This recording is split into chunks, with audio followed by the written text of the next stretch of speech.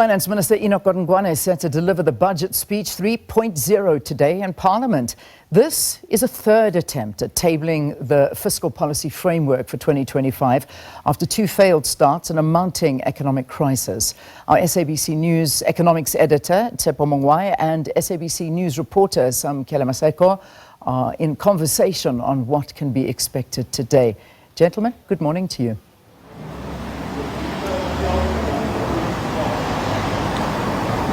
Good morning, Leah, and of course you're absolutely right. Finance Minister Enoch Godongwana will make his third attempt this afternoon to present his national budget.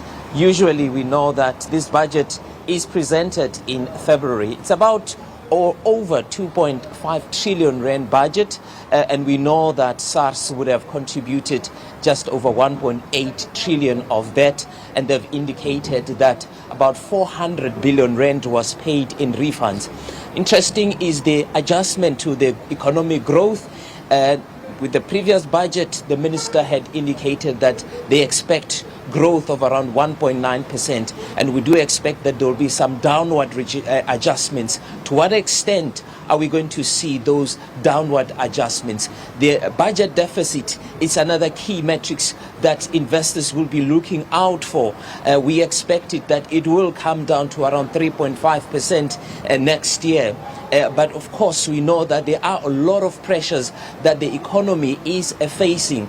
There's not enough revenue, and they will have to juggle things around in order to ensure that this budget is actually sustainable and it put the country in a sustainable fiscal framework. The issue of debt is another important one. They expect that growth will stabilize at around 76% of GDP. But recent report indicates that, especially from some of the multilateral organizations, that we could see debt accelerating or jumping to around 80%. That will be a major concern. And of course, I'm not alone. I'm joined by my colleague, Samkele Maseko. Thank you very much, Samkele. Just to bring you in here, there's been a lot of political involvement for the first time in this budget. Do you feel or do you think that perhaps this is the start of seeing more political involvement, not just only in terms of input in this budget, but also in the outcome of this budget and ensuring that they make certain demands to ensure that there's accountability?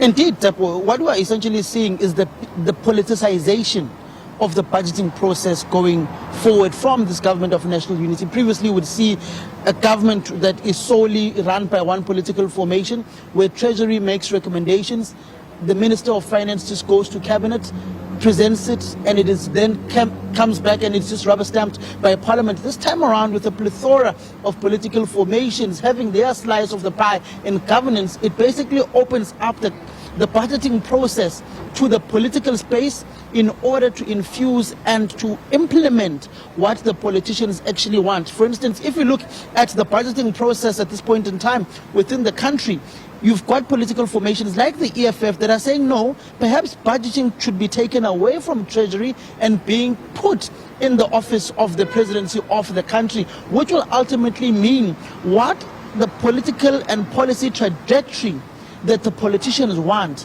It is actually infused through the presidency, where the budgeting process of the country will ultimately be run. That is the view of the economic freedom fighters.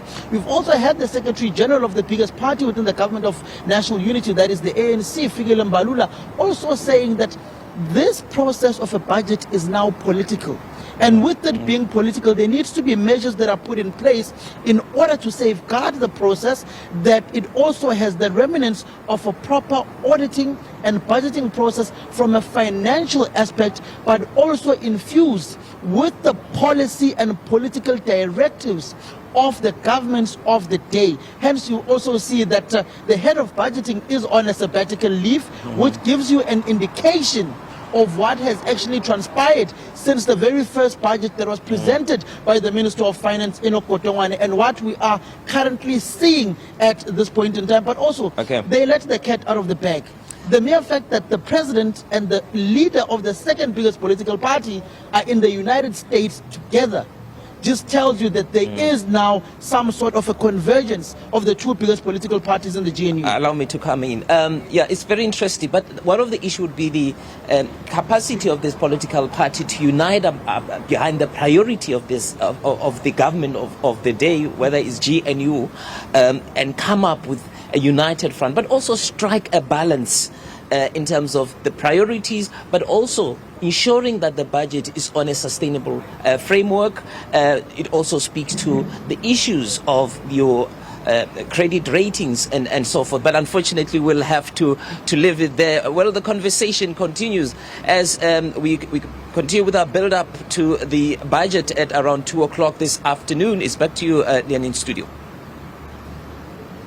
All right, Tshepo Mongoai, looking forward to the coverage there. Also, Samkele Maseko with Tshepo. So thanks so much to you guys. So comprehensive coverage coming from there.